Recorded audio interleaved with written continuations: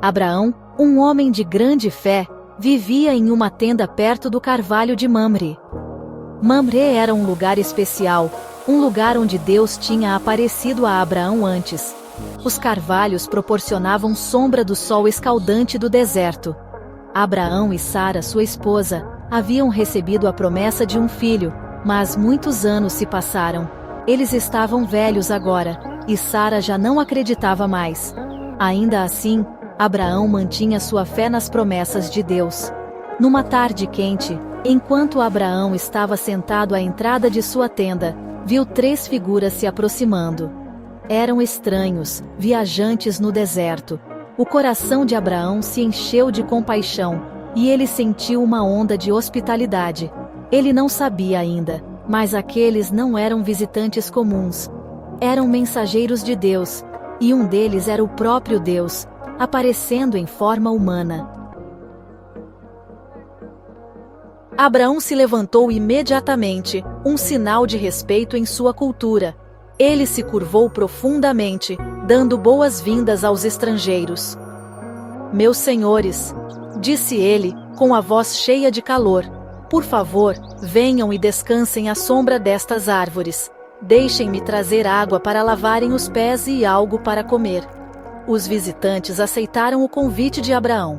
Estavam cansados da jornada, e a sombra fresca dos carvalhos era um alívio bem-vindo do sol escaldante. Abraão correu para dentro da tenda para contar a Sara sobre seus convidados. Seu coração estava cheio de entusiasmo e expectativa.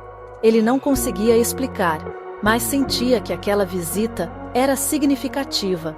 Sara, sempre a dona de casa eficiente, imediatamente começou a preparar um banquete para os visitantes. Abraão voltou correndo para os visitantes, ansioso para servi-los. Abraão sabia que a hospitalidade era um dever sagrado. Ele vivia numa época e lugar onde os viajantes dependiam da bondade dos outros. Ele tratou esses visitantes com o máximo respeito e generosidade, oferecendo-lhes o melhor de tudo que tinha. Abraão trouxe água para os pés e ofereceu-lhes um lugar para descansar à sombra. Ele instruiu seus servos para que preparassem uma refeição farta. Um bezerro foi abatido, pão foi assado, e manteiga e leite frescos foram servidos. Enquanto os visitantes comiam, Abraão ficou de pé, atencioso, pronto para satisfazer todas as suas necessidades. Ele os ouvia atentamente enquanto falavam, seu coração cheio de admiração e espanto. Os visitantes, revigorados pela hospitalidade de Abraão, começaram a falar sobre o propósito de sua visita. Estavam em uma missão de Deus e tinham notícias importantes para compartilhar com Abraão e Sara. Um dos visitantes, aquele que parecia ser o líder, se voltou para Abraão com um sorriso. "Voltarei a você no próximo ano, por volta desta mesma época", disse ele, com voz cheia de autoridade. "E Sara, sua esposa, terá um filho."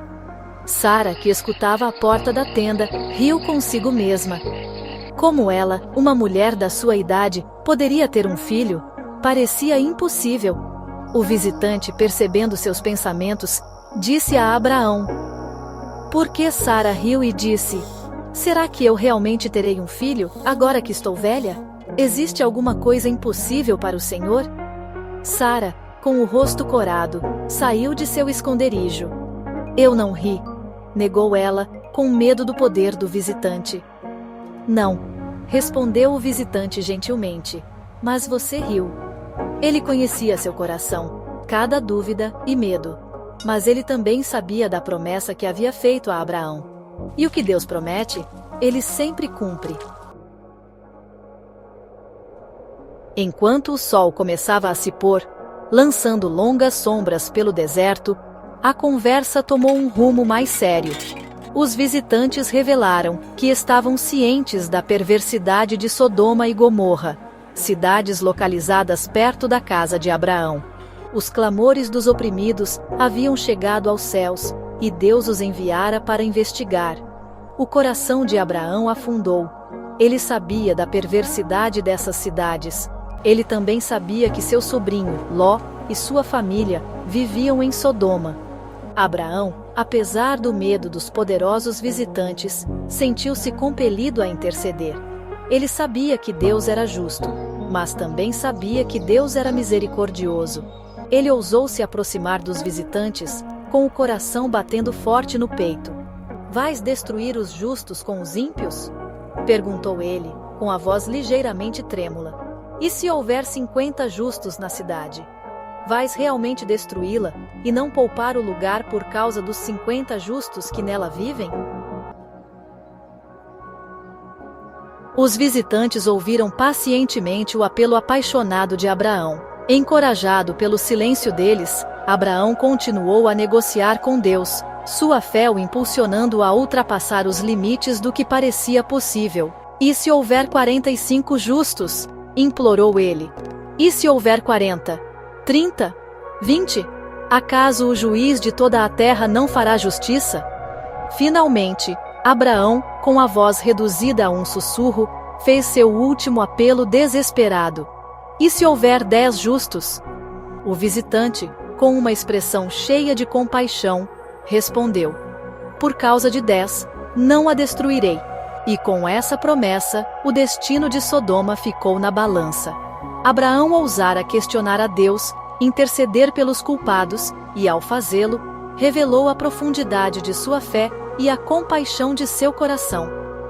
Ele havia se tornado um poderoso intercessor, colocando-se na brecha entre o julgamento de Deus e uma cidade pecaminosa. Enquanto os primeiros raios de sol coloriam o céu a leste, os visitantes se prepararam para partir. 2 deles se viraram e seguiram em direção a Sodoma, com sua missão de julgamento clara. Mas aquele que havia falado com tanta autoridade permaneceu com Abraão por mais um momento. Ele reiterou sua promessa sobre Sara ter um filho, uma promessa que agora parecia ainda mais milagrosa à luz da conversa da noite anterior.